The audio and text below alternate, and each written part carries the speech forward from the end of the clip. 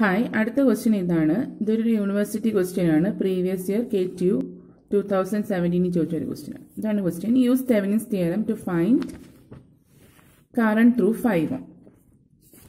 ഇതാണ് നമ്മുടെ ഫിഗർ. അപ്പൊ എന്താ ചോദിച്ചേക്കുന്നത്? ഇത് ടൈപ്പ് 1 വരുന്നതാണല്ലേ. You have to find the current through 5 ohm. അപ്പൊ 5 ohm will be your load resistance. So RL equal to 5 ohm. First step എന്താണ്? Step 1 remove RL. RL draw ചെയ്തിട്ട് നമുക്ക് ഫിഗർ വരയ്ക്കാം.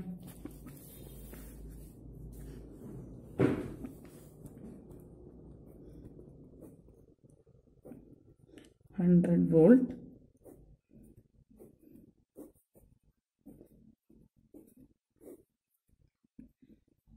100 ohm 6 ohm 5 ohm removed. Mark it as AB. 15 ohm 8.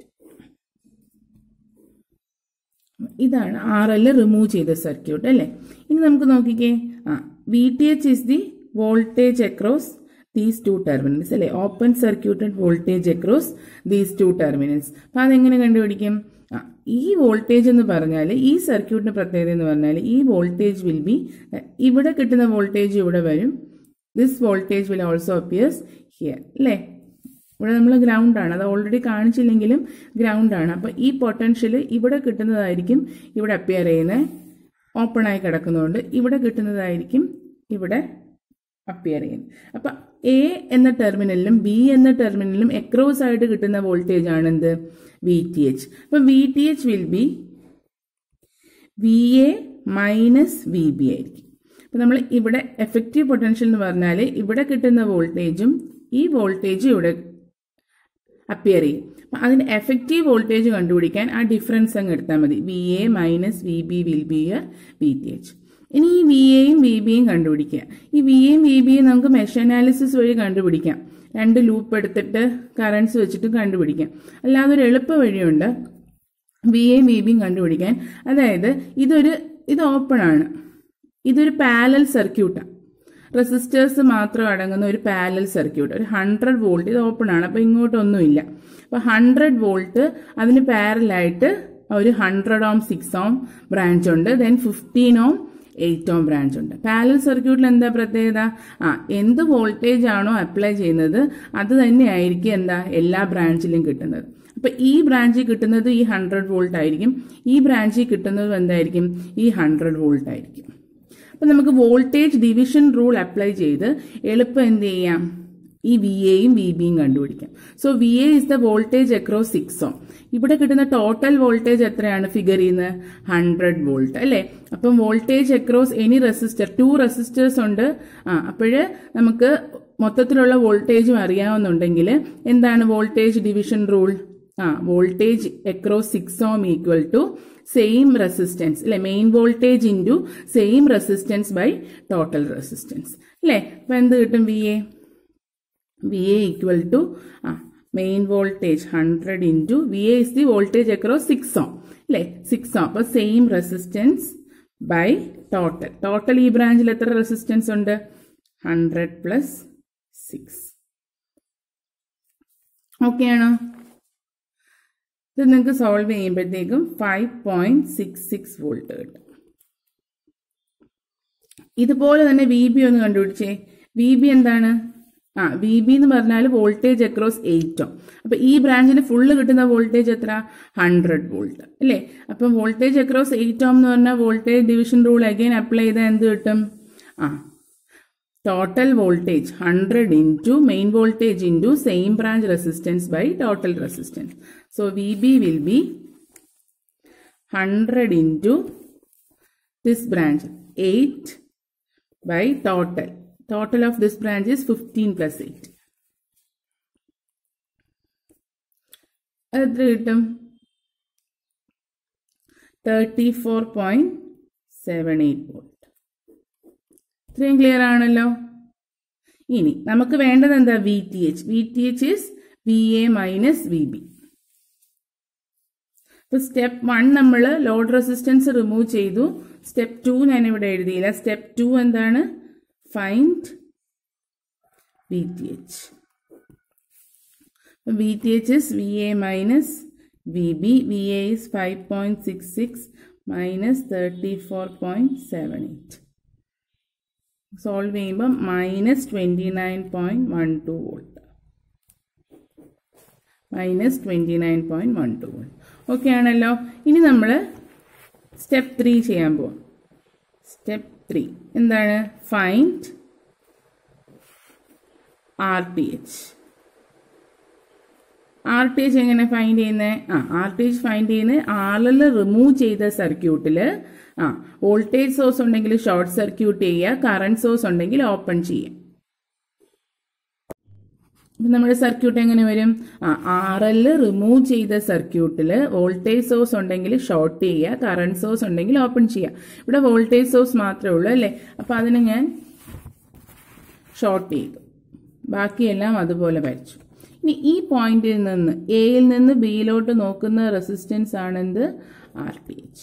അപ്പം RTH കാണാൻ നിങ്ങൾക്ക് ഈ സർക്യൂട്ടിൽ ഇതിങ്ങനെ മനസ്സിലാക്കാൻ ബുദ്ധിമുട്ടുള്ള കുട്ടികൾ ഈ സർക്യൂട്ട് ഞാൻ വേറെ രീതിയിലൊന്ന് ഡ്രോ ചെയ്തു തരാം. ഇത് ഷോർട്ടാണ്. അപ്പോൾ എന്താ? എ എന്നുള്ള ടെർമിനൽ ഞാൻ മുകളിലോട്ട് വരച്ചു. പിന്നെ എ പോകുന്നത് എങ്ങോട്ടൊക്കെയാണ്? 106 ഇവിടെ വന്നിട്ട് സ്പ്ലിറ്റ് ആവുന്നുണ്ട്. ഈ പോയിന്റിൽ വന്നിട്ട് സ്പ്ലിറ്റ് ആവുന്നു അല്ലേ? പിന്നെ ഷോർട്ട് എടുക്കുക, എവിടെ വേണമെങ്കിലും വരയ്ക്കാം. ഷോർട്ടാണ്, അതായത് ഇവിടെ സ്പ്ലിറ്റ് ആയാൽ കറണ്ട് ഈ പാത്തിൽ കൂടെ പോകത്തുള്ളൂ. പിന്നെ അതിനുശേഷം പിന്നെ ഇങ്ങനെ വന്നിട്ട് ഇങ്ങനെയാണ് 15 ഓം 8.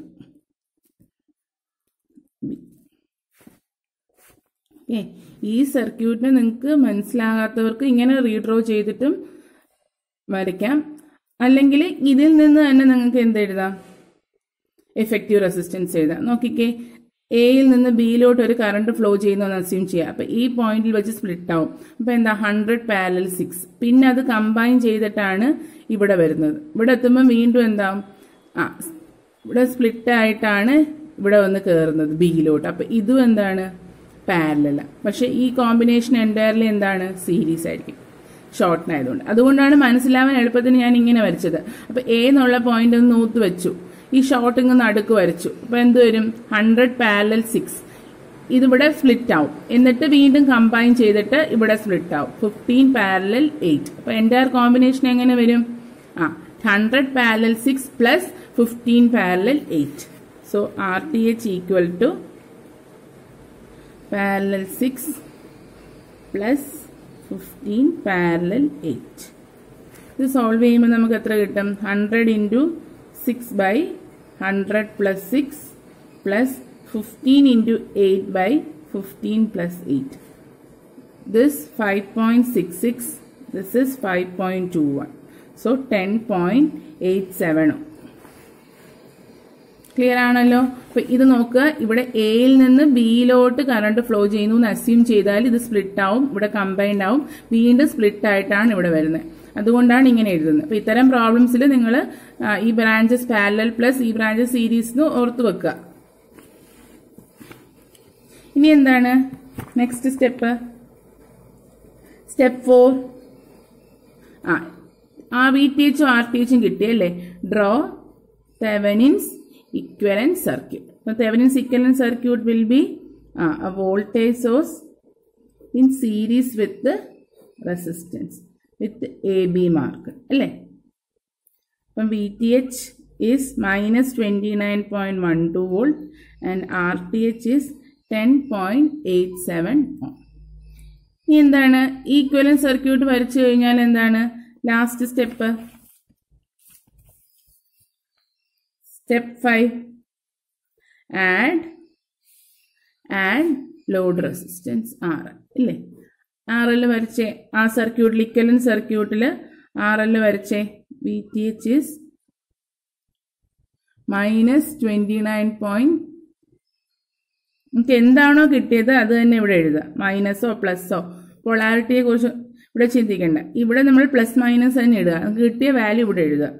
RTH equal to 10.87. എയിലും ബിയിലോട്ടും എന്ത് കണക്ട് ചെയ്യണം? നമ്മുടെ ലോഡ് റെസിസ്റ്റൻസ് ആയ 5 ohm കണക്ട് ചെയ്യും അല്ലേ? 5 ohm കണക്ട് ചെയ്യും. ഇനി നമുക്ക് ഈ കറണ്ട് ത്രൂ 5 ohm കണ്ടുപിടിച്ചൂടെ? ഒറ്റ ലൂപ്പാണ് അല്ലേ? ഒരു കറണ്ടേ ഫ്ലോ ചെയ്യുന്നുള്ളൂ. ആ കറണ്ട് കണ്ടുപിടിച്ചാൽ അത് എന്തായിരിക്കും? Current through 5. ഇനി കറണ്ട് കണ്ടുപിടിക്കുന്നത് എങ്ങനെ? എത്ര ഡ്രോപ്സ് ഉണ്ട്? ലെഫ്റ്റ് സൈഡിൽ എഴുതാം.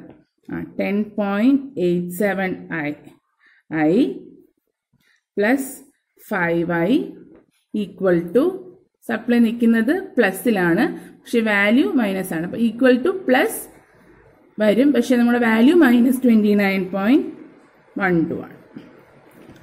പ്ലസ് തന്നെയാണ് വരുന്നത്. ഇവിടെ പ്ലസിലാണ് നിൽക്കുന്നത്. പ്ലസിൽ എന്താണ് എഴുതേണ്ടത്?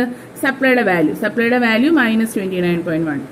So you get it as I equal to 15.87 I equal to minus 29.12 or I equal to minus 1.83 ampere. So this is the current through 5 ohm minus 1.83 ampere.